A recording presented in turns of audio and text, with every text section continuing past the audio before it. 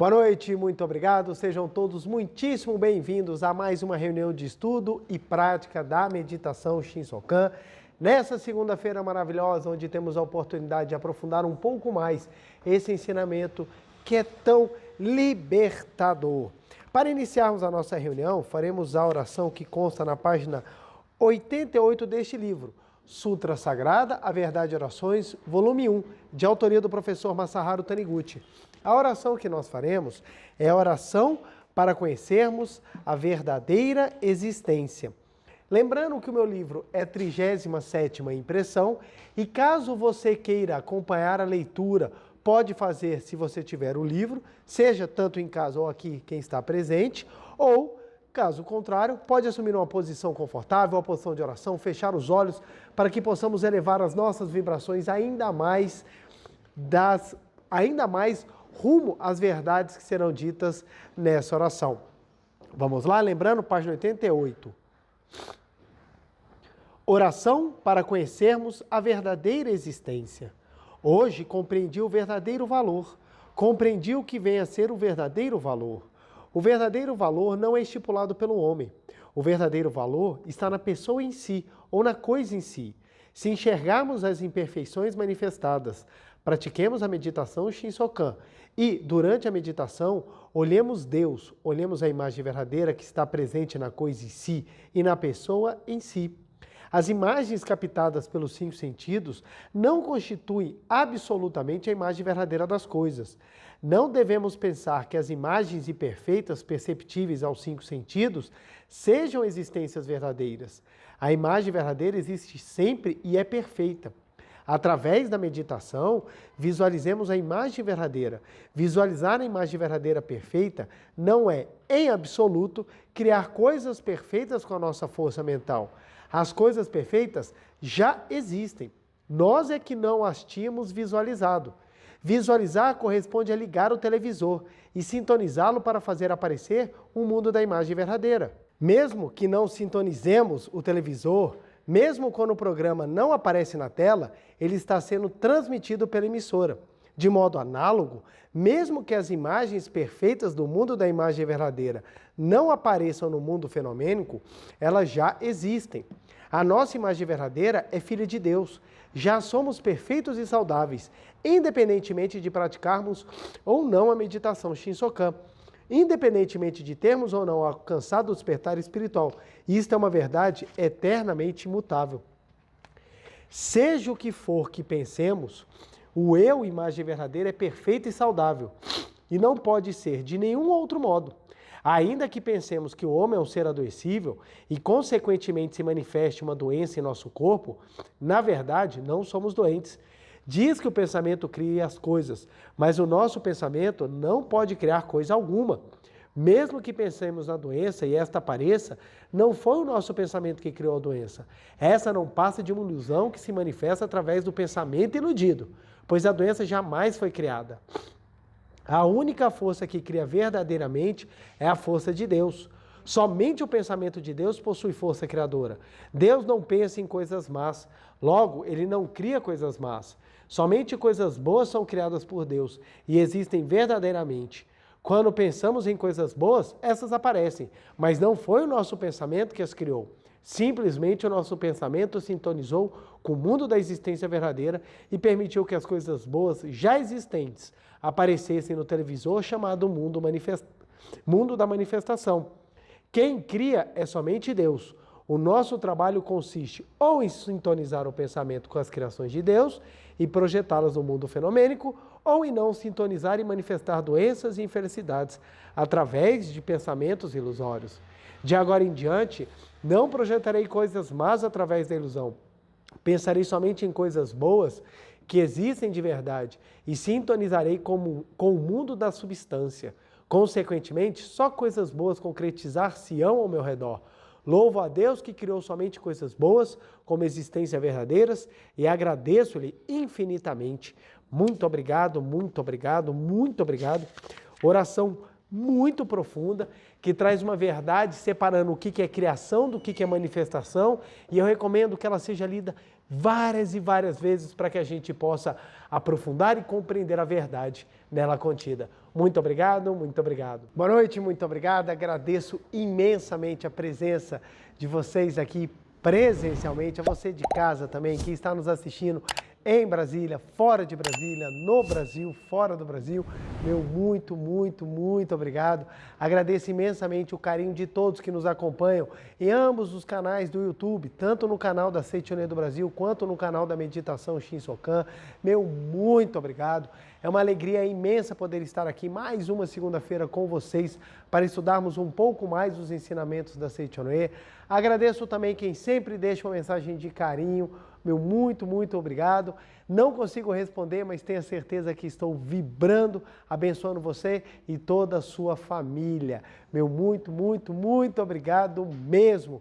Diretamente aqui de Brasília, do Templo da Seichoné, que fica na 403/404 Sul. Mais uma reunião da Meditação Shinsokan. E hoje nós vamos abordar um tema bem denso, é daqueles temas que são mais complexos, que a gente dá uma boa aprofundada. Então, não se preocupe se começarmos a falar, de repente, alguns termos um pouco mais filosóficos. Vou tentar explicá-los e vou tentar ir de uma maneira bem suave, mas é importante a gente abordar. Eu tento sempre fazer um revezamento. Ora tratando de assuntos que nós falamos que é verdade horizontal, que fala da lei da mente. Ora nós tratamos de assuntos mais profundos, que nós chamamos de verdade vertical, que é exatamente sobre o conceito de imagem verdadeira, natureza divina, etc. Então, hoje eu vou abordar um tema um pouco mais denso, lembrando sempre, não vamos esgotar o assunto, até porque ele é muito vasto.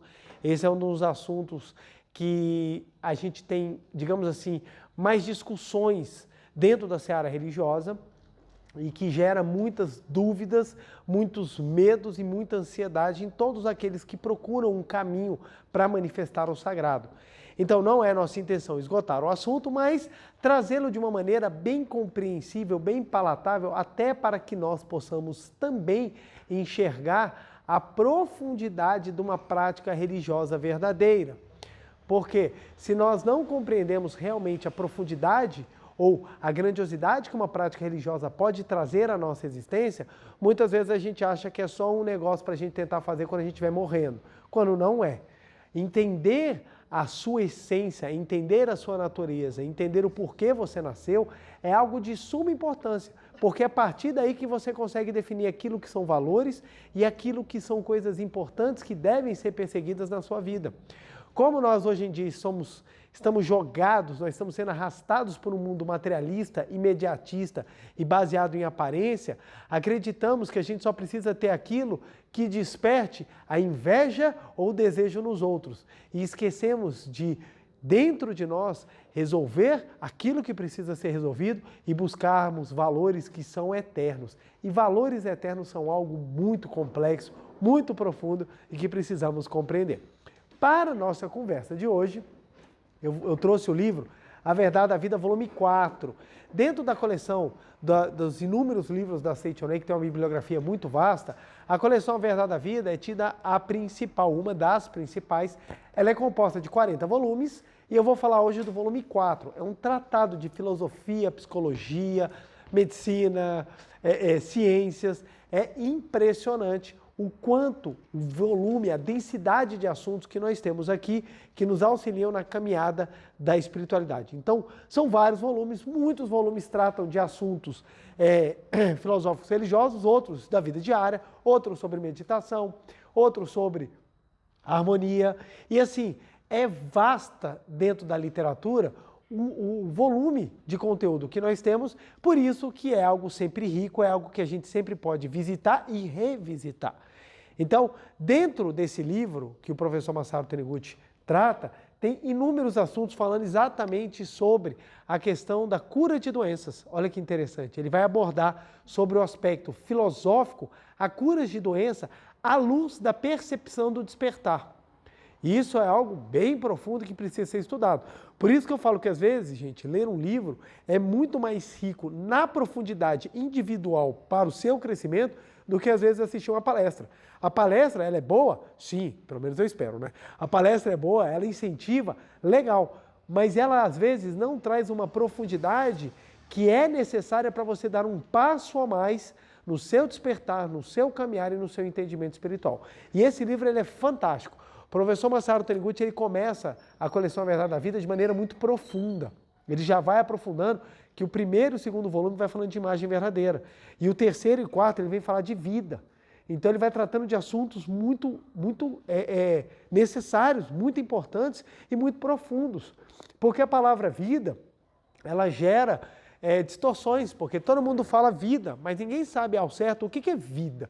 A gente fala, eu estou vivo. O que eu estou vivo? Se você for conversar de repente com um médico, ele vai falar que vida é ter atividade cerebral. Se você vai conversar com um religioso, ele vai falar que vida é a capacidade de existir. Vão ter pessoas que vão falar que é sua individualidade. Tem pessoas que vão falar que é exatamente a natureza eterna que habita dentro de você. Então, dependendo de quem você for falar, você vai observar que vida é algo extremamente profundo, que não é simplesmente o funcionamento do seu corpo carnal. A gente tem como hábito falar, fulano está vivo. Aí quando ele morre, fulano morreu. Mas na verdade, essa vida poderia ser traduzido como fulano está com o corpo funcionando, fulano parou de funcionar o corpo, porque morrer é outra coisa. Morrer diz respeito à existência ou não, continuidade ou não da sua individualidade e das suas capacidades. E isso é extremamente profundo. Então hoje nós vamos visitar um tema que é muito, muito, muito denso. Então eu vou tentar, no pouco tempo que eu tenho, abordá-lo e tratá-lo de uma maneira que seja bem fácil, ou pelo menos seja bem alcançável, para que a gente entenda a profundidade do ensinamento. E nós vamos falar hoje de ser perdoado. Normalmente a gente sempre está abordando a tecla, você tem que perdoar, que o perdão liberta, o perdão liberta. Eu falo isso muitas e muitas, tem palestras só sobre perdão, e se você quer estudar um pouquinho mais sobre essa questão do perdoar, eu recomendo que você dê um passeio no canal da Meditação Shinsokan, ou também no canal da Seitonei, tem outros preletores maravilhosos que falam sobre perdão, e você dá uma visitada para ver como é que esse é um assunto rico e traz muitos elementos práticos para que a gente possa viver. Agora, ser perdoado é uma questão muito interessante, porque o perdoar é algo mais trabalhado por todo mundo. Hoje em dia até os médicos falam tem que perdoar. Eles percebem o quanto que na medida em que você tira os sentimentos ruins de dentro de você, você tem uma melhora na sua saúde, uma melhora no seu espectro mental. Tem muitas pessoas hoje em dia que estão passando por verdadeiros transtornos psicológicos e até psiquiátricos pela incapacidade que tem de soltar aquilo que é ruim. É como se as pessoas estivessem segurando panelas quentes. Sabe que a panela é quente, sabe que ela vai queimar, mas fica abraçado na panela, se queimando e gritando de dor. E não consegue entender por que não para de sofrer. Então, hoje em dia é muito comum as pessoas falarem tem que perdoar, tem que perdoar, tem que perdoar. Agora, no conceito ser perdoado é um pouco mais complexo. Por quê? O que é ser perdoado?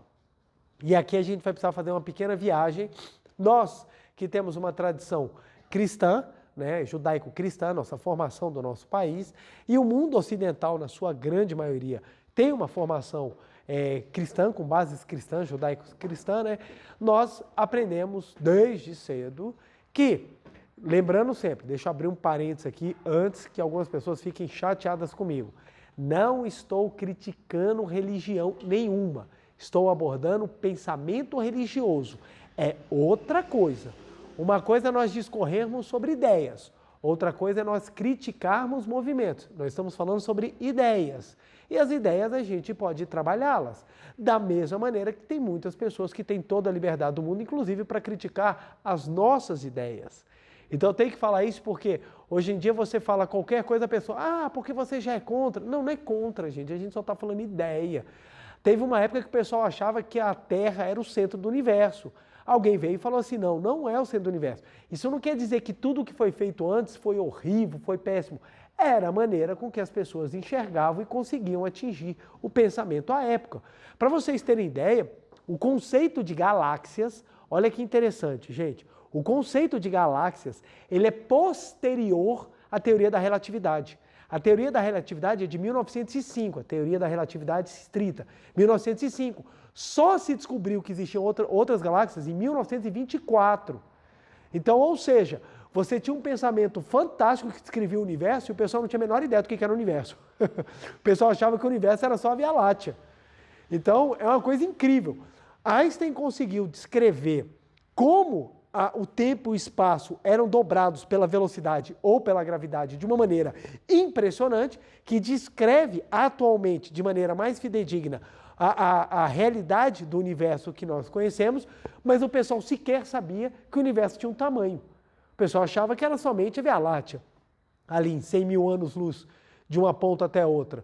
Foi só em 1924 que Hubble percebe, descobre que Andrômeda está muito longe e fala, não, isso aí não é a Via Láctea, isso é outra galáxia. E a partir daí, com o desenvolvimento dos telescópios e de toda a astronomia, hoje em dia você tem uma visão gigantesca de um universo de aproximadamente 13,8 bilhões de anos-luz, com bilhões de galáxias, bilhões e bilhões de estruturas e uma coisa inimaginável. Então, o ponto é nós discutirmos ideias. Eu trago isso exatamente para que nós possamos entender ideias e discutir ideias. Qual é a ideia que ela é muito gravada dentro de nós, muito gravada pela nossa formação? De que fomos criados e por um erro dos 2 primeiros seres humanos, todo mundo está condenado de antemão. Essa é a ideia que é vendida no movimento cristão, do qual nós fomos educados, nós fomos criados, nós fizemos parte, participamos, ou até mesmo muitas vezes a gente professa a fé. O ponto é o seguinte, a ideia do pecado original, ele nos carrega, mesmo aquelas pessoas que não são cristãs, elas viram e mexem, elas têm pensamentos ou posturas daquilo que seria o nosso pecado original. Então, a coisa mais comum é a pessoa se auto-injuriar, falando que ela é uma pecadora, uma pessoa imunda, é uma pessoa que não presta. E somente um ser divino é que pode nos perdoar. Então, o ser perdoado, ele passou a ter a conotação de algo místico, superior, que vem e nos concede o perdão. Então, os movimentos eles começaram a ser muito focados na ideia da busca do ser perdoado. Então, você é uma criatura abominável, você é imundo por natureza e você precisa fazer alguma coisa para buscar o perdão. É daí, é desse conceito que começou a surgir dentro das divisões da religião os salvamentos exclusivos.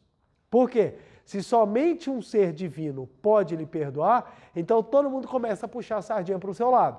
Então, mesmo pessoas seguindo o mesmo livro, o mesmo ensinamento, o mesmo Salvador, elas têm pensamentos diferentes. Se você faz parte da minha igreja, mas faz parte da outra, na minha você vai ser salvo. E na outra, vai queimar no fogo do inferno.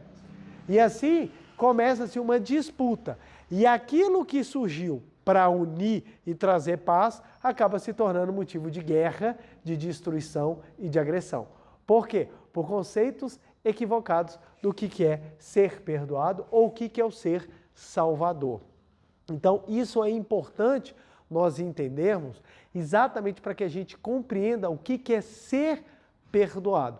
Se você acreditar que ser perdoado é um movimento externo, aí você precisa buscar algo. Se você, interno também você precisa buscar, mas no sentido de você precisa perseguir fora de si.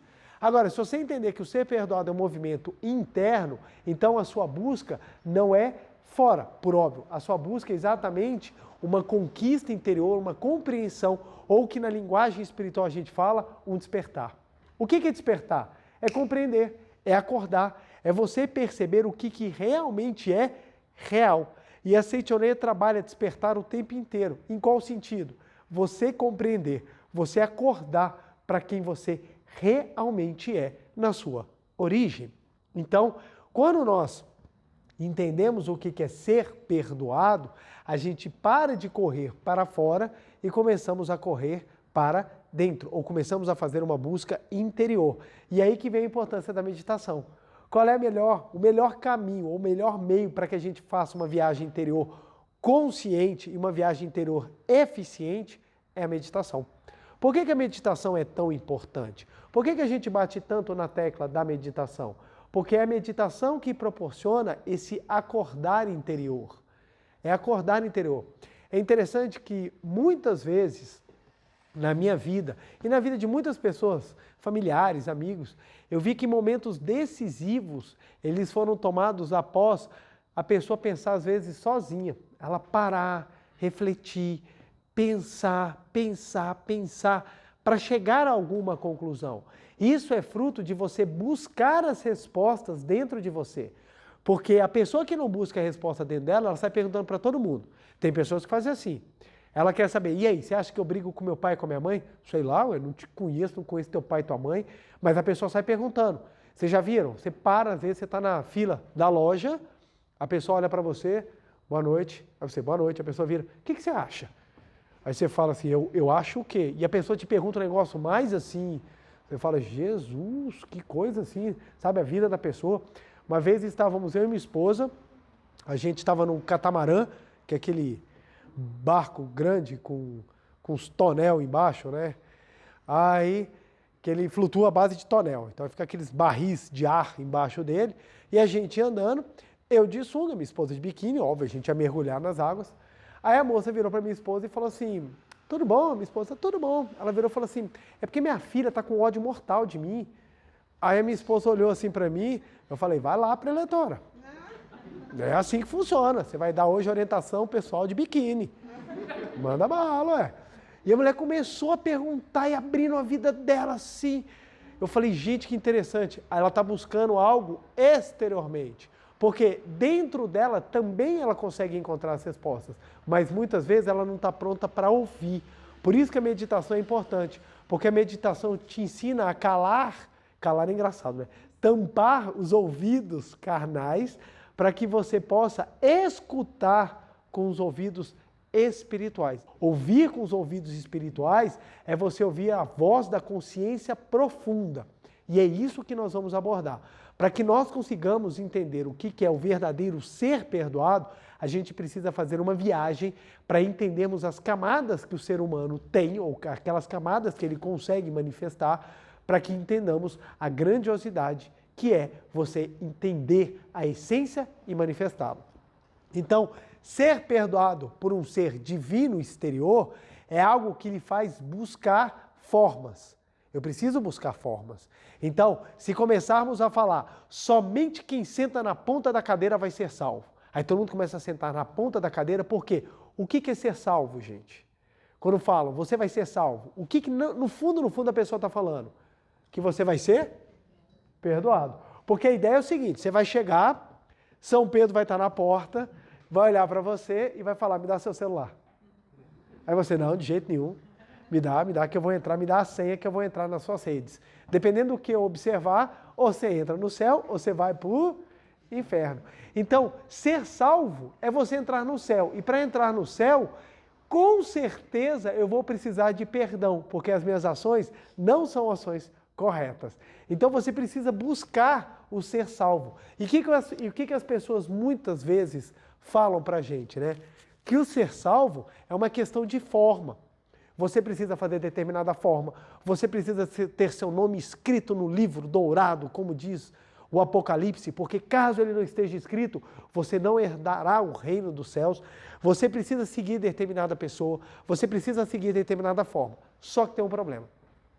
Só de religiões que existem na face da terra, fazem uma contagem, não tem como contar, que são muitas, mas é coisa assim na casa, gente, de muito mais de 5.000.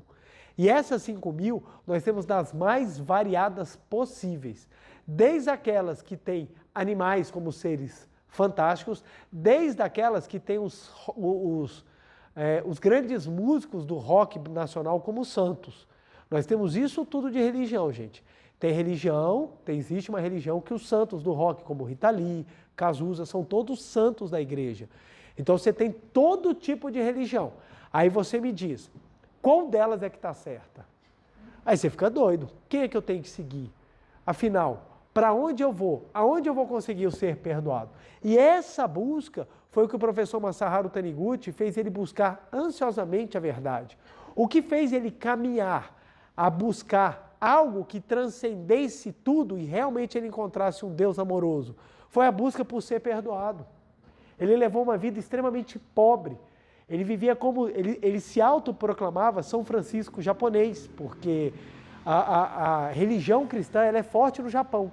Apesar dela não ser muito divulgada, mas ela é muito forte. Tanto que o Japão tem mais santo que o Brasil, viu? O Japão tem assim de santo. E quando a gente descobre, a gente fala, não creio. Apesar do Brasil ser um dos maiores países católicos do mundo, o Japão tem mais santos. O Japão recebeu colonização ocidental ainda na época que ele estava praticamente na Idade Média. Eles ainda estavam no sistema feudal, eles já recebiam informação. O negócio é que o Japão se modernizou muito rápido. Na virada do século XIX, ele se potencializou e cresceu muito rápido. Mas o Japão e a Alemanha levavam vidas praticamente feudais pré-Primeira Grande Guerra Mundial. Então, o que acontece? O Japão tem mais santos, então lá você tem um movimento cristão forte. E dentro desse movimento cristão, o professor Masaharu Taniguchi, ele era especialista no Apocalipse. Ele estudava muito sobre o Apocalipse para ver as chagas que viriam assolar a humanidade e aqueles que seriam salvos. E a busca dele era, eu preciso ser perdoado para encontrar a salvação. E ele perseguiu isso durante muitos anos e ele não encontrava paz espiritual. Ele constantemente sentia que ele ainda continuava sendo um ser que não merecia a salvação. Ora, se eu sou um ser que eu não mereço a salvação, então, à medida que o anúncio do fim do mundo vai chegando, eu vou ficando desesperado. E as pessoas ficam desesperadas. Por quê? Vai chegando na hora de morrer e a pessoa vai ficando doida. É muito interessante. Todo mundo fala, não, eu sou uma pessoa boa, eu vou para o céu. Normalmente todo mundo fala. Aí se alguém chegar do lado e falar assim, ó, acho que você vai morrer amanhã. Não quero, não quero, não quero. Por que você não quer morrer? Eu não sei o que vai acontecer. Ah, mas você não falou que você ia para o céu? Não tenho tanta certeza. Não tenho tanta certeza. Tem coisas que eu ainda não resolvi. E isso é com todo mundo. É todo mundo. Todo mundo passa por essa experiência de na hora que vai chegando perto de sair do parque de diversão e ir para outro local da existência, a pessoa fala, não quero. Não quero porque eu tenho medo que eu não sei. Por quê? O conceito de perdão ainda está fortemente arraigado na ideia da punição. E é interessante que é muito antigo, gente. Não é coisa de agora, não. Ah, foi com a Bíblia Sagrada que veio essa ideia. Não, tem nada disso. A lei que traz essa ideia de punição que nós precisamos sofrer, ela é bem anterior. Ela vem com a lei de Talião. Lei de Talião é um princípio de coerência e de equidade que você tinha no Código de Hammurabi. O Código de Hammurabi é uma das leis mais antigas que nós temos escrita, que nós temos registro, há mais de 3.800 anos atrás.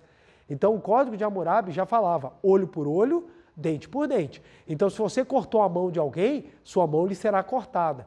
Então, o Código de Hammurabi ele era muito proporcional. E essa lei ficou fortemente arraigada na construção do pensamento cristão. Nas escrituras do Velho Testamento, a lei de Talião ela é aplicada na visão que você tem de mundo. Então, no Velho Testamento, Deus é extremamente severo, porque ele dá a pena àquilo que as pessoas fizeram.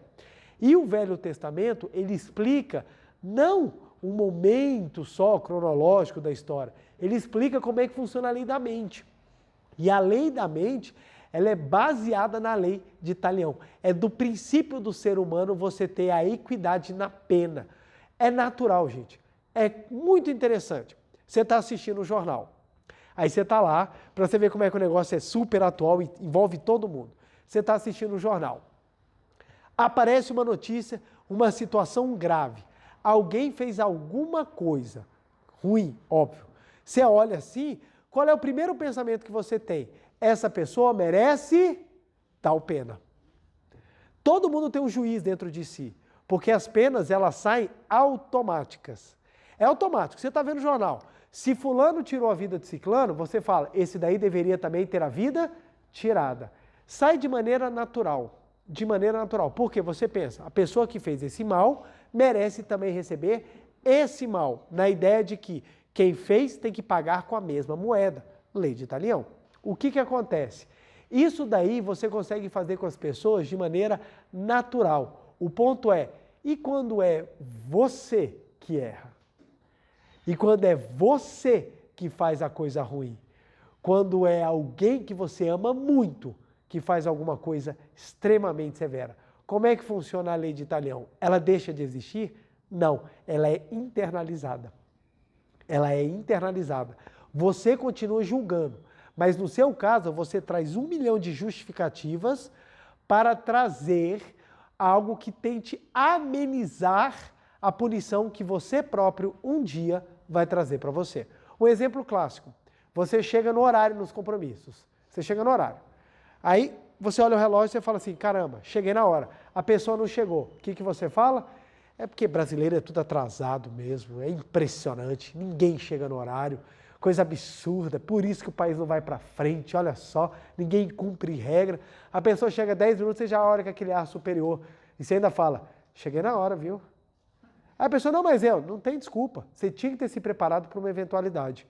Beleza, você já aplicou a pena, já julgou sumariamente, já aplicou a pena para a pessoa. Aí acontece com você. Aí quando você chega, qual é a primeira coisa que você quer falar? Não, gente, ó, aconteceu um imprevisto, vocês não vão acreditar, velho. Uma girafa atravessou, meu carro pegou, a girafa voou, bateu no elefante, o elefante saiu correndo. Aí você conta toda uma história para justificar o que você fez. Por quê? Para você tem justificativa, mas para o outro não tem. O outro é desvio de caráter. No seu caso, foi apenas um erro ou apenas uma situação que não é a regra. Isso daí é interessante porque é a natureza humana. Isso não é uma coisa que só acontece aqui, não. Acontece em todos os lugares. As pessoas têm esse hábito, têm essa maneira de utilizar a mente. E isso vai se intensificando dentro de nós.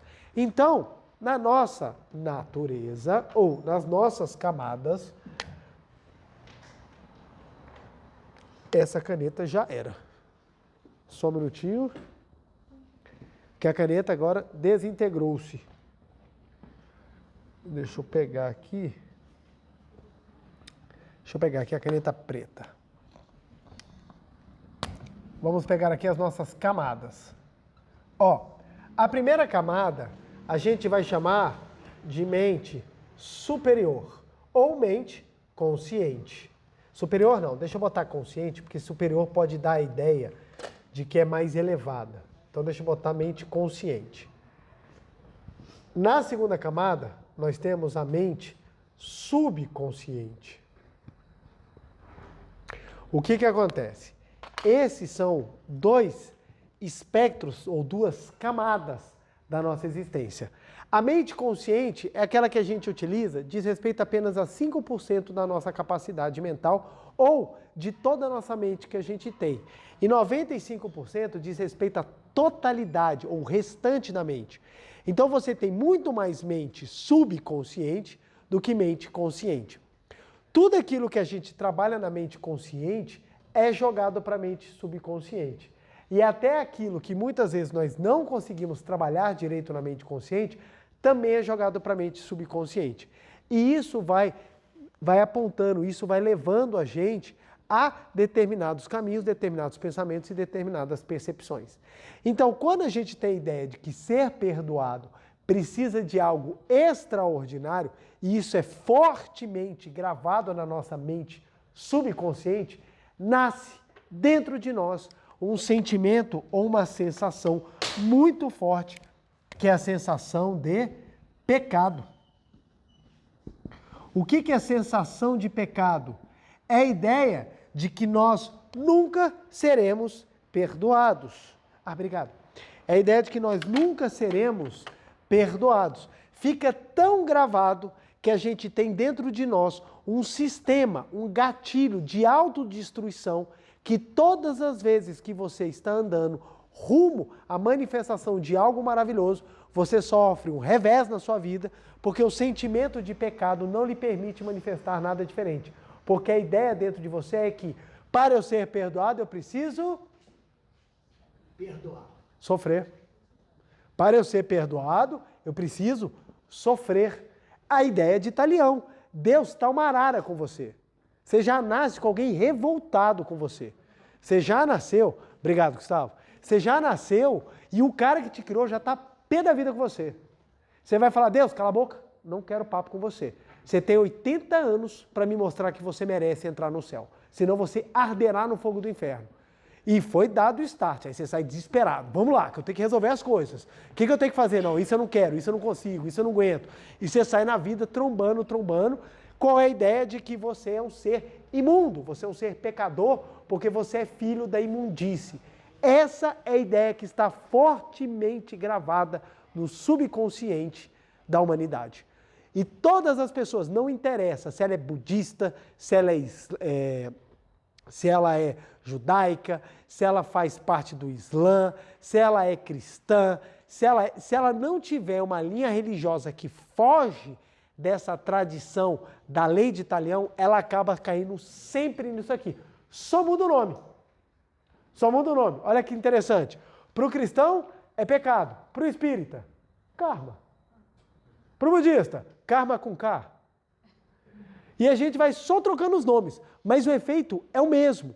É a ideia de que, para que eu consiga ser perdoado, eu preciso sofrer. O que é a ideia do pecado? É a sofrência. Sou pecador, então eu tenho que sofrer mesmo. Tem pessoas que você fala, meu Deus, mas você está doente. Ah, mas é óbvio.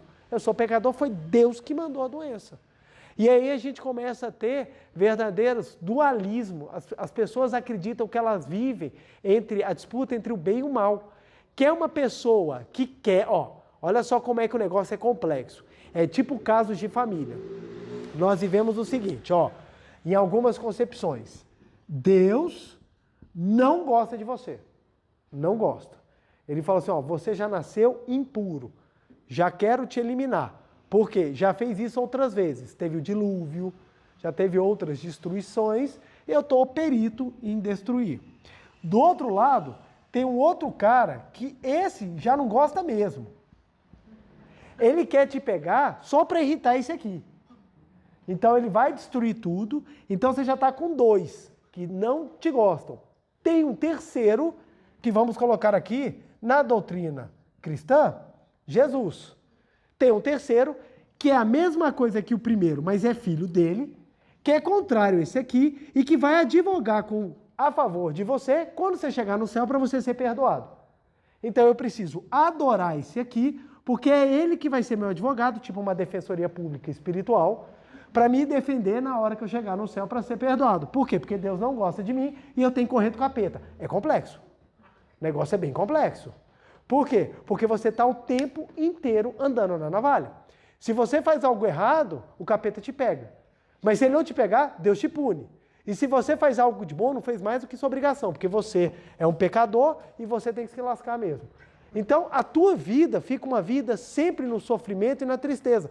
Por isso que as pessoas ficam tão doentes, por isso que as pessoas sofrem tanto, por isso que você tem tanta desgraça manifestada na face da terra. Não é porque tem alguém mal lá em cima, criando, você tem uma fábrica de desgraça que vai saindo só infortúnio. É porque a mente humana, a todo momento, manifesta imagens ilusórias condizentes com a sensação de pecado. O pecado da humanidade, ele vai criando, a sensação de pecado da humanidade vai criando os infortúnios e o mundo não consegue sair da ilusão porque constantemente acredita que tem que sofrer para ser perdoado. Não é à toa que fizeram uma conta em que em toda a história da humanidade, toda a história que consegue se buscar da humanidade, parece que a gente não conseguiu viver um ano inteiro sem guerra. A soma de anos sem guerra na história da humanidade não chega a 230 dias. Passou disso, vamos na pancadaria. O que é guerra, gente? É a sensação de autodestruição. Eu preciso me destruir, eu preciso atacar, eu preciso ser atacado. É uma ideia de subconsciente extremamente complexa que carrega o homem sempre ao sofrimento. E você pode reparar, tragédias cíclicas. Tragédias são cíclicas. Daqui a pouco a gente vai viver, daqui a pouco mais uma nova tragédia, mais um novo problema, mais alguma coisa que arrasta. Estamos vivendo problemas climáticos, estamos vivendo inúmeras outras situações. Por quê? A sensação de destruição sempre caminha no subconsciente do homem. Só que muitas vezes as pessoas não se percebem. Quando você vai conversar com as pessoas, é aqui, a pessoa acha que a totalidade dela é essa. E ela fala, não, eu não tenho nada, eu sou tão legal, eu sou tão gente boa, mas não é isso que pensa. Não é isso que pensa. Uma vez eu participando de um grupo, né? E o pessoal começou a fazer oração de maneira bem eclética, e o Senhor virou e falou assim, ó, eu vou fazer oração. Deus, apesar de eu não merecer nada, que o Senhor aceite pelo menos ouvir a minha súplica.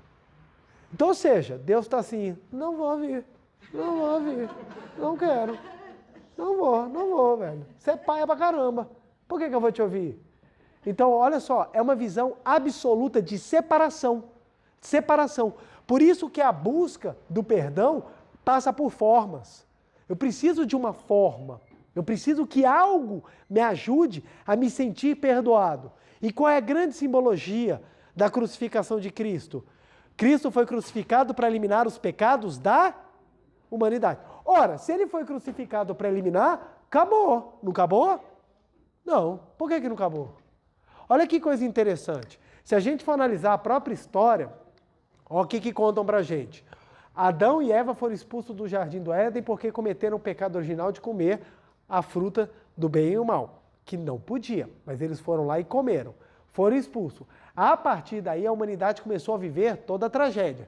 Tanto que a primeira família já teve separação, já teve casos de família e cidade alerta. Você já tem Caim matando Abel, o negócio já começa na bagaceira. Então, Cidade Alerta nasce já no início da humanidade. Aí começa tudo acontecendo, toda a bagaceira. Deus olha e fala assim, tá tudo errado, gente. Vamos então tomar a melhor postura e a postura mais adequada. Vamos encher a terra de água, mata todo mundo afogado, e a gente vai deixar somente aqueles puros de coração, que era um casal e uma bicharada toda, nós vamos deixar somente os puros para eles recomeçarem. Ora, Deus matou todo mundo, sobrou Noé.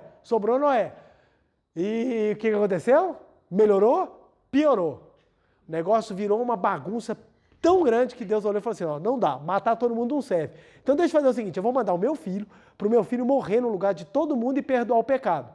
Aí desce Deus encarnado em homem, que é o Filho de Deus, que vai lá, passa por todas as mazelas da vida humana, mostra que pode vencer a morte, se deixa crucificar, né? Se deixa crucificar e mostra que pode vencer a morte, para eliminar o pecado. Eliminou o pecado?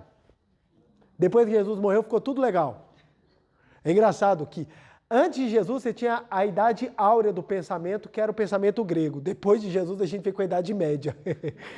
Ficou melhor ou pior? Bagaceira total, velho.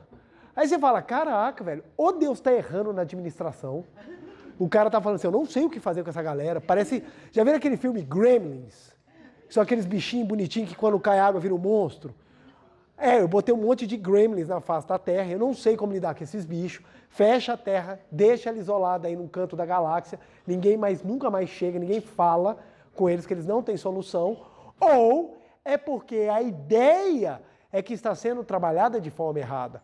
Ora, se Jesus morreu na cruz para nos libertar, nós somos libertos. Por que ele se deixou crucificar? É exatamente para tirar do subconsciente da humanidade a ideia de pecador.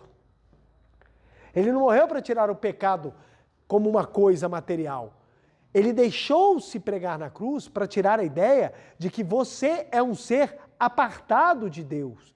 E isso é algo profundo, é o que a Seitonê ensina, que é a imagem verdadeira, que é a sua natureza divina, que é o espectro, é a possibilidade que você tem de manifestar a vida no conceito mais profundo na sua existência. Então, a terceira camada da nossa existência, ou a terceira camada, deixa eu apagar aqui a disputa, deixa eu apagar aqui. Então, a terceira camada da nossa mente é exatamente a supraconsciência, ou a mente divina, ou a superconsciência. O que é isso aqui? É exatamente a gravação da ideia ou a vibração pura da essência da tua vida, que é perfeita. Então, é ela que nós trabalhamos acessar. E na hora que você acessa ela, você muda a régua com que você se mede. Olha que interessante. Qual é a régua que a gente se mede? É com a sensação de que somos seres horríveis. Quando a gente muda a régua e nós passamos a ter a supraconsciência como aquela que estipula a nossa essência, você começa a utilizar uma nova régua de medição, que é a régua divina, é a régua da sua natureza perfeita, é a régua da imagem verdadeira, é a régua da sua essência como ser espiritual imaculado desde a origem. E você começa a perceber que tudo tudo diferente da supraconsciência é ilusão. Por isso que a Saint-Honoré fala, tudo é ilusão. Por que ela está falando? Porque tudo que é manifestado, ou parte do que é manifestado, está na mente consciente e parte na mente subconsciente. Porque muito da mente subconsciente não é manifestado. Mas tudo aquilo que está manifestado, esse corpo carnal, minha vida, os meus hábitos, as coisas que eu penso, tudo isso faz parte da mente consciente e de parte da mente subconsciente. Mas isso não é minha essência, isso não sou eu. Quem eu sou na verdade? E é aí que vem uma pergunta crucial. Quem eu sou de verdade? E a resposta é, eu sou a superconsciência. Eu sou filho de Deus. Eu sou a imagem verdadeira. Essa é a minha vida. Essa é a minha essência. Esse é o real que habita dentro de mim. É o que está manifestado aos olhos carnais? Não, mas é o que existe dentro de mim. E quando você entende isso daí, o seu conceito de ser perdoado é bem diferente. Por quê? Você precisa ser perdoado? Não, você já é vida. Você não precisa ser perdoado, você precisa manifestar a maravilha que habita dentro de você. É completamente diferente. Eu saio da situação, sou um ser imundo que preciso do perdão e passo a ser, sou um ser maravilhoso que preciso manifestar a vida de Deus. É completamente diferente. O ser carnal continua o mesmo. A vida fenomênica é a mesma. Eu acordo de manhã, tenho que tomar café da manhã, tenho que escovar os dentes, senão muitos de casa não sobrevivem, tenho que tomar banho, vou lá trabalhar, vou lá fazer as coisas. A vida é normal. Só que o ponto é, o que me move é diferente. Ao invés de me mover porque eu preciso buscar um perdão, o que me move é saber que eu nunca precisei ser perdoado, porque eu sou um com Deus, e buscar na minha vida fenomênica manifestar essa união divina. Por isso que as pessoas que tomam consciência da sua natureza divina corrigem falhas, tanto mentais, quanto espirituais, quanto fenomênicas, curam de doença, conseguem a provisão, têm relacionamentos amorosos, encontram a felicidade, resolvem situações dificílimas. Por quê? Porque elas despertam para a sua natureza divina. Quando você acredita que você é pecador, se algo na sua vida é resolvido, você chama de milagre. Porque milagre é algo extraordinário, para quem às vezes nem merecia. E na Saint-Honoré a gente aprende, quando alguma coisa é resolvida, não é um milagre, nada mais é do que o retorno ao que é natural. Porque Deus te fez para ser maravilhoso, Deus não te fez imperfeito. Se não está manifestando a perfeição, é porque não está a mente supraconsciente se projetando de maneira maravilhosa. Olha a diferença que é. Por que na Saint-Honoré, quando as pessoas entram, a gente faz uma reverência para as pessoas? A gente não está reverenciando o fenômeno ou a mente consciente. A gente está reverenciando a supraconsciência. É a vida de Deus que habita dentro de você. A gente está reverenciando, é o Deus que está dentro de você, que se manifesta como sua vida. Vida no sentido profundo. Vida no sentido absoluto. E não vida do corpo carnal. Meu corpo carnal vai morrer. Isso é fato. Isso é fato. A cada dia que passa, eu tenho um dia menos de vida. Isso é com todo mundo. O dia que esse corpo morrer, a minha vida jamais morrerá. Eu continuarei existindo e continuarei fazendo coisas para cada vez mais eu acessar a minha supraconsciência e manifestar o divino que existe dentro de mim. Por isso que o mundo espiritual, gente, ele tem camadas, ele tem níveis, ele tem cidades, ele tem percepções, ele tem níveis. Porque, dependendo da capacidade que você tem de entender quem você é, você vai ocupar um nível condizente com a sua vibração. Então a vida, ela deixa de ser a busca pelo que é falso e passa a ser a busca pelo que é verdadeiro. E quando você busca o que é verdadeiro, como você faz com que a sua supraconsciência manifeste-se mais, naturalmente a ideia de pecado é desfeita do seu subconsciente e você passa a usufruir uma vida muito mais feliz, próspera, harmoniosa, saudável, etc. Consequência natural. Buscai em primeiro lugar o reino de Deus e a sua justiça, e as demais coisas lhe serão dadas por acréscimo. A Bíblia já fala isso, porque Jesus já ensinou. Se você tiver desfé como um grão de mostarda, direi a esse monte, saia daqui e vá até acolá, e nada lhe será impossível. Por que nada vai lhe ser impossível? Porque a vida de Deus está dentro de você. Se a vida de Deus não estivesse dentro de você, Jesus nunca poderia ter dito isso. Ele ia falar assim, Jesus, como é que eu faço? Ó galera, deixa eu só te falar, infelizmente só eu tenho poder. Porque só eu sou filho de Deus. Vocês estão no sal, gente. Então assim, eu vou ficar tranquilo, eu vou estar lá em cima esperando todo mundo, eu vou tentar dar uma ajuda, tá bom? Mas assim, não tem o que fazer. Nada, Jesus o tempo inteiro falava, vocês podem, vocês conseguem. Entra no teu quarto e ora para o teu pai. Ele não falou, entra no teu quarto e ora para o meu pai. Ele falou, ora para o teu, porque todos nós temos a natureza divina, porque todos nós somos filhos de Deus. A sensação de pecado criou uma doutrina falando que só Jesus é filho de Deus e o restante é tudo criatura de Deus. Que diacho é isso? Como é que você tem um criador que cria criatura e filho? Ele falou assim, não, isso aqui está mal feito, isso aqui está super bem feito, esse aqui é meu filho, o restante tudo forma estragada. Vamos tacar lá na terra para se matarem. Não faz o menor sentido. Se eu provim de Deus, é porque a natureza divina também se aloja em mim. Se não está manifestado, é porque o meu consciente e o meu subconsciente não estão deixando. Mas não tem absolutamente nada a ver com a minha natureza. Porque dentro de mim existe a vida que veio proveniente de Deus. Então nós afirmamos, o homem é filho de Deus na sua essência. Porque todos nós trazemos dentro de nós a vida imaculada, perfeita, imortal, transcendental, que é chamada Deus, a vida infinita, que nós na Seitonê chamamos de imagem verdadeira. Então, quando compreendemos essa verdade, quando nós conseguimos assimilar essa verdade e despertamos para ela, a nossa existência se transforma. E aqui é um ponto muito profundo e muito essencial do ensinamento da Seitonê. Olha que legal. Olha o meu livro como é que é marcado, gente. Ó, livro tem que ser estudado. Não dá para você ficar com o livro na estante só salvando a estante e os cupins. É você que tem que ler, você que tem que salvar. Olha só. O que significa ser perdoado? Página 19. O que devemos notar nessa passagem do Evangelho é que o fariseu Simão, lembre-se que Jesus foi a um jantar dado pelo fariseu Simão, e ele fez um grande jantar, e Maria Madalena veio lavar os pés de Cristo, quando o fariseu virou e falou assim, mas quem essa mulher pensa que é para ter os seus pecados perdoados? E Jesus vira e fala assim, olha, eu cheguei aqui, você não me ofereceu nada que era de melhor, ela veio e ofereceu tudo que ela tinha. Aí virou para Madalena e falou assim, vá, os teus pecados estão perdoados.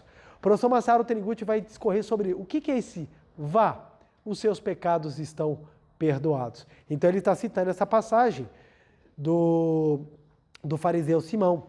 O que devemos notar nessa passagem do Evangelho é que o fariseu Simão demonstrou uma atitude mental insolente, leviana e arrogante, menosprezando o perdão de Deus ao oferecer um banquete pomposo ao Salvador.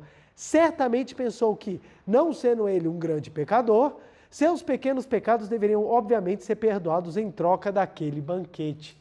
Quantas pessoas hoje em dia buscam perdão de Deus em troca de donativos, em troca de mostrar, em troca de andar no sol, de fazer determinadas coisas que acreditam que se eu fizer isso, Deus irá me perdoar. A atitude mental de se orgulhar de pequenas virtudes é abominada pela seita Shin do budismo. Enquanto mantiver esse pensamento arrogante, o homem não será perdoado. Mas isso não significa que Deus tem um pensamento mesquinho de não perdoar o homem por causa de suas atitudes erradas. É o próprio homem que não reconhece o seu pecado, não consegue aprender a imagem verdadeira da sua vida, que é de filho de Deus. Orgulha-se das pequenas virtudes que praticou, pensando que com isso já manifestou totalmente a imagem verdadeira, e não procura expressar a totalidade da maravilhosa natureza divina que está latente nele. Portanto, quem não tem a humildade de se arrepender é uma pessoa que ainda não aprendeu realmente a própria natureza divina. Em outras palavras, não está manifestado nele a maravilhosa natureza divina, a imagem verdadeira de Deus. Manifestando-se a natureza divina, ocorre o perdão. Olha que interessante. Manifestando a imagem verdadeira, ocorre o perdão. Por que manifestando a imagem verdadeira, ocorre o perdão? Não é porque Deus vai olhar para você e vai falar assim, finalmente. Não, é porque quando você entender que a vida de Deus está dentro de você, você não precisa mais ter a sensação de que você é pecador. Você passa a manifestar o que é maravilhoso de forma natural. Em vez de você achar que você é filho do pecado, você toma consciência que você é filho do amor. Quando você toma consciência que você é filho do amor, você tem o seu pecado perdoado. Por que ele foi perdoado? Ele deixa de existir e deixa de ser alimentado por você próprio. Lembre-se, não é Deus que te julga, é você próprio. Não é Deus que te julga. Deus não está julgando ninguém. Deus ama incondicionalmente. O amor dele pulsa dentro de nós. Parar, fechar os olhos, sentir esse amor e manifestá-lo é o nosso trabalho. E quando nós assim o fazemos, manifesta-se naturalmente a nossa imagem verdadeira e todos os pecados são perdoados. O perdão do pecado não é algo formal em que eu vou chegar e falar assim para vocês, seus pecados estão perdoados. Não.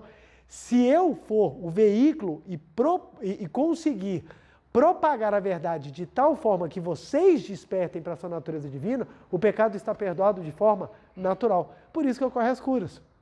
Por isso que as coisas maravilhosas ocorrem.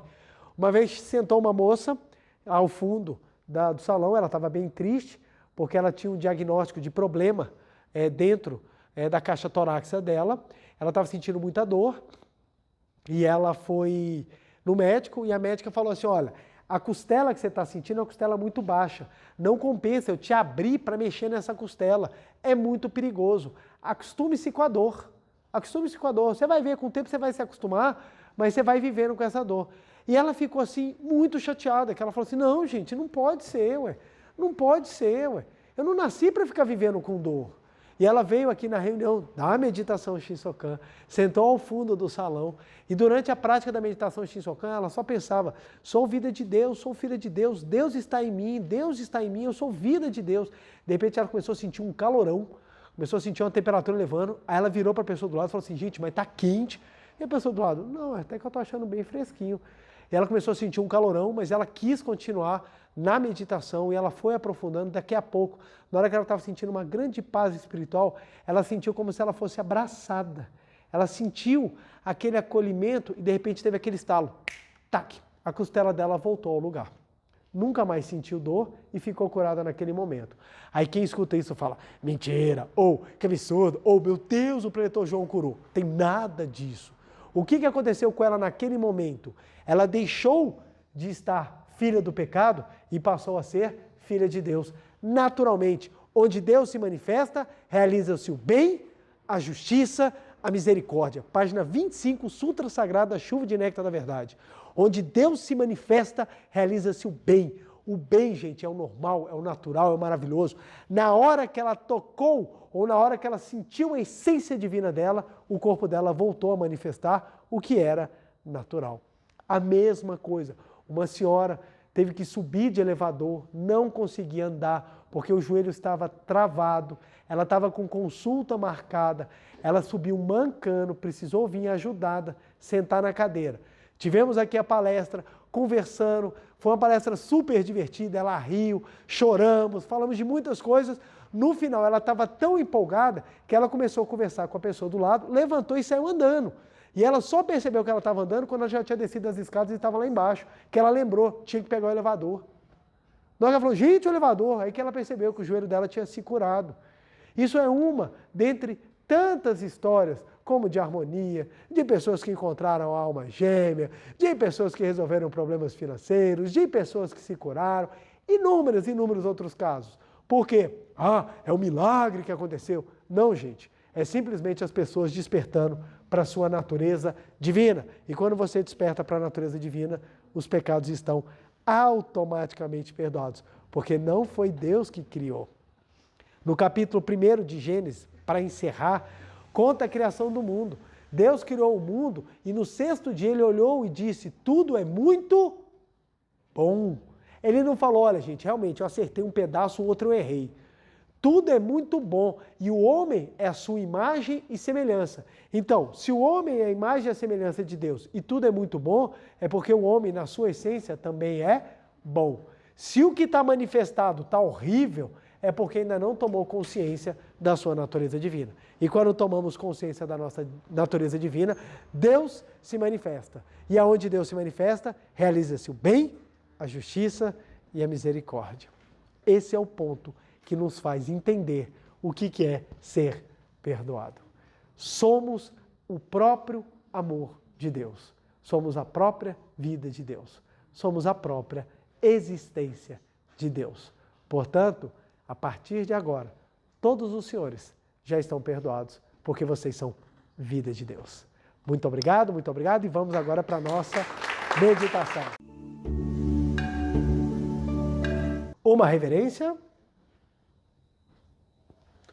Muito obrigado. Podem se sentar e assumir a posição de oração, sentados na ponta da cadeira, mãos justapostas, em frente ao rosto, semblante alegre, feliz. Vamos agora reconhecer o amor, a vida de Deus que habita o nosso interior, por meio da nossa meditação Shinsokan. Maiores explicações você pode pegar tanto da questão da postura física quanto da postura mental no livro Meditação Shinsokan, Ver e Contemplar Deus, que tem explicações muito simples e diretas de como fazer a prática da meditação Shinsokan, e você observará que você conseguirá realizá-la e de maneira bem tranquila. Lembrando também que no canal da Meditação Shinsokan, nós temos a prática conduzida por mim em vários tempos, para te ajudar também a treinar e você praticar em casa. É só entrar lá.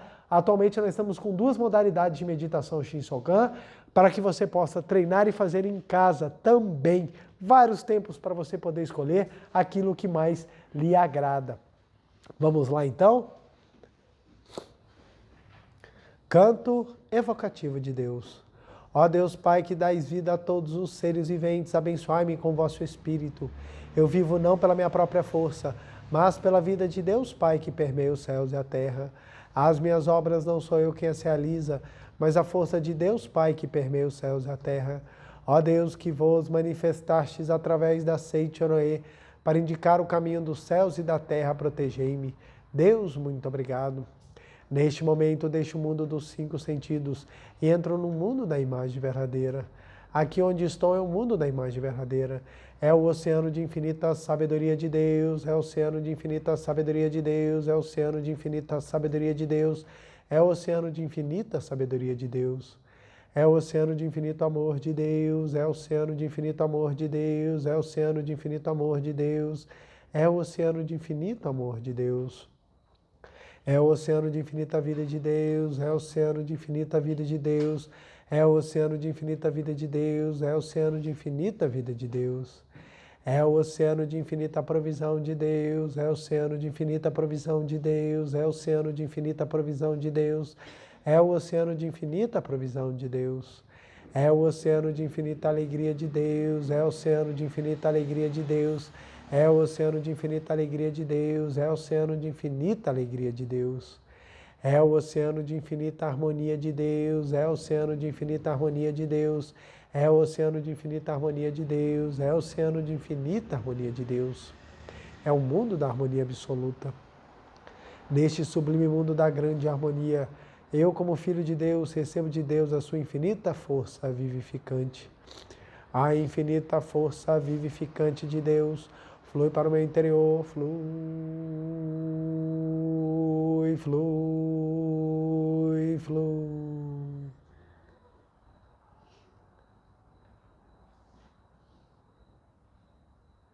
Pela luminosa força vivificante de Deus, sou preenchido, sou vivificado, sou preenchido, sou vivificado, sou preenchido, sou vivificado, Deus. Muito obrigado.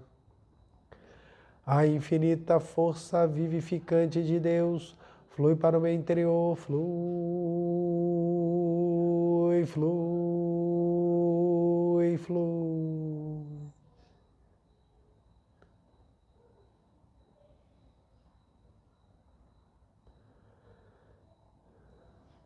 Pela luminosa força vivificante de Deus, sou preenchido, sou vivificado, sou preenchido, sou vivificado, sou preenchido, sou vivificado, Deus. Muito obrigado.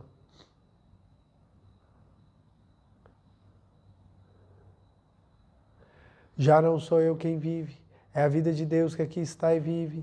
Já não sou eu quem vive, é a vida de Deus que aqui está e vive.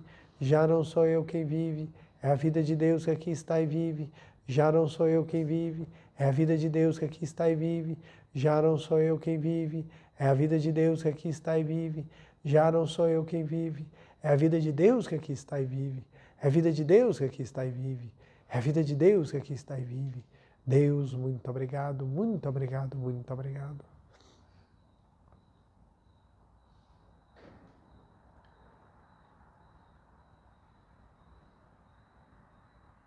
Vamos agora visualizar o mundo da imagem verdadeira, onde só existe Deus e o que vem de Deus. Estamos neste mundo vivendo aqui e agora. É o mundo da imagem verdadeira, é o mundo perfeito de Deus. Muito obrigado, muito obrigado, muito obrigado.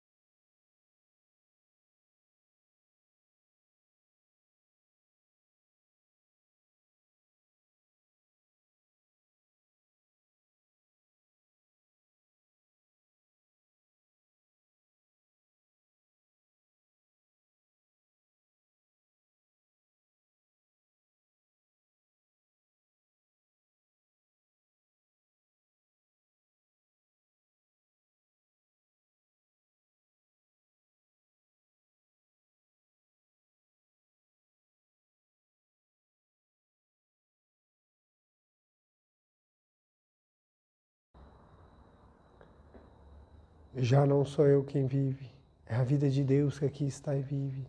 Já não sou eu quem vive, é a vida de Deus que aqui está e vive. Deus, muito obrigado, muito obrigado, muito obrigado. Oração pela manifestação da imagem verdadeira do Brasil. Neste momento, fluindo o mundo da imagem verdadeira, a infinita sabedoria e infinito amor de Deus. Através dessa infinita força, o Brasil se torna tão perfeito como já o é no mundo da imagem verdadeira. Deus, muito obrigado. Neste momento, fluindo o mundo da imagem verdadeira, a infinita sabedoria e infinito amor de Deus. Através dessa infinita força, o Brasil se torna tão perfeito como já o é no mundo da imagem verdadeira. Vamos visualizar a imagem verdadeira do Brasil, em especial a imagem verdadeira do estado do Rio Grande do Sul. Que eles recebam nossas vibrações, abençoando, para que tudo lá volte a manifestar a perfeição de Deus.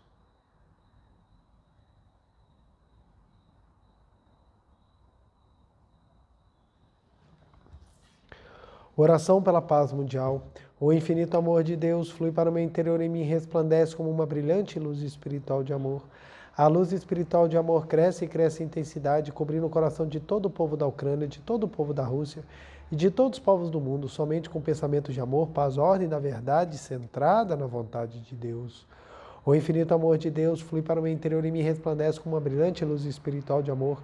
A luz espiritual de amor cresce e cresce em intensidade, cobrindo o mundo completamente, preenchendo o coração de todas as pessoas e o interior de todos os animais, plantas e fungos, somente com pensamentos de amor, paz, ordem e da verdade centrada na vontade de Deus.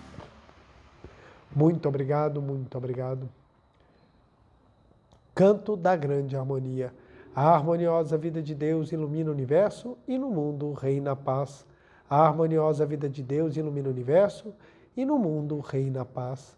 Muito obrigado, fim da meditação. Podemos desfazer a postura.